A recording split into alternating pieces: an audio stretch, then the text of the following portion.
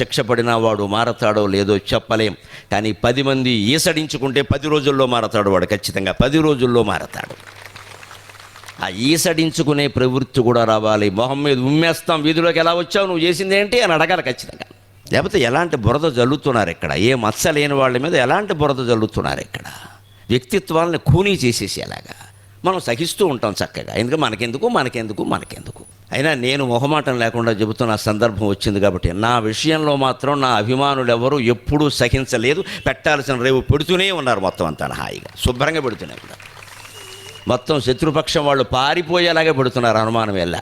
Social media కామెంటరీలో కూడా మందే పైచి అనుమానం ఏమీ లేదు ఇక్కడ.